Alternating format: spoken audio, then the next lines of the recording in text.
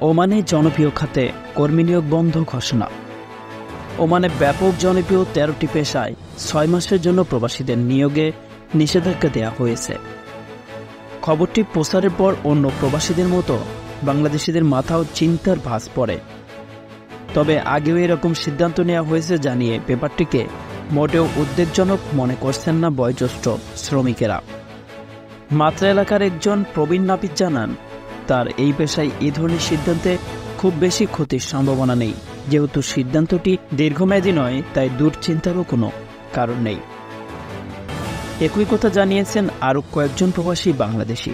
তাদের মতে যেহেতু এসব খাতে বাংলাদেশেরও ভিসা চালু নেই, তাই বাংলাদেশিদের এই সিদ্ধান্তে লাভ ক্ষতি কোনোটাই নেই।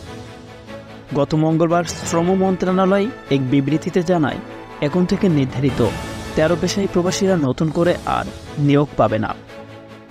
এর মধ্যে আছে নির্মাণ ও পরিচ্ছন্নতা কর্মী, লোডার, আনলোডার, ব্রিকলেয়ার্স, স্টিল ফিক্সার্স, পুরুষ বা মহিলাদের পোশাকের দর্জি, ইলেকট্রিশিয়ান, ওয়েটার, পেইন্টার, শেফ এবং নাপিতের কাজ।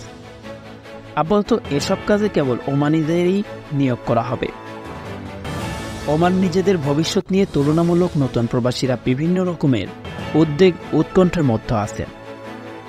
তারই মধ্যেই জনপ্রিয় এসব খাতে কর্মী নিয়োগ বন্ধের ঘোষণাকে মরার উপর খাড়ার ঘা হিসেবেই দেখা হচ্ছে।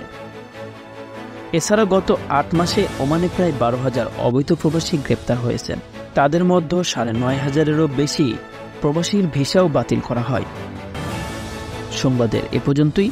পরবর্তী নিউজ আপডেট পেতে আমাদের সাথেই থাকুন। ধন্যবাদ।